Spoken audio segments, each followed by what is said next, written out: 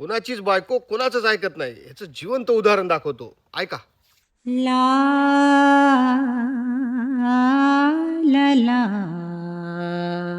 मामी मामी मामी करू द्या हो काम मामाले, सांभाळू द्या महाराष्ट्र, लक्ष डायव्हर्ट करू नका त्याचं. भक्कम काम पेंडिंग आहे, आमची कर्जमुक्ती करायची आहे. तुम्ही थांबा बरं थोडं, फक्त काही दिवस थांबा. लोक म्हणतात की बा प्लास्टिक सर्जरीनं चेहरा बदलते, अक्कल नाही. मी तर म्हणतो आवाज पण बदलत नाही. काय म्हणता? नशीब भाजपची सत्ता 70 वर्ष आधी आली नाही, नाहीतर या त्रिकोणी तोंडाच्या मामीनं लहानपणीच लता मंगेशकर, आशा भोसले यांना घरी बसवलं असतं.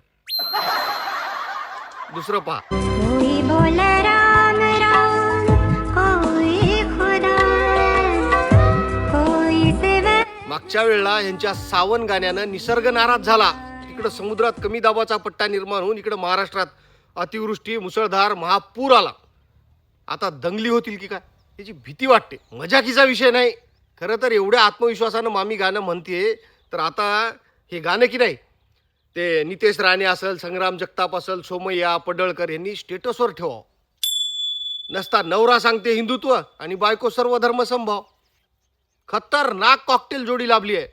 दोघं मिळून त्रास देत आहे. सोपं नाही बाबा मुख्यमंत्री होणं. टॅलेंट नसून संधी द्यावं लागते आणि वरून एवढं सगळं सहन करावं लागते. इच्छा नाही पण करतो सहन. तुम्ही पण करा, कारण आपली सगळी GST इकडंच चालली आहे, पावडरवर.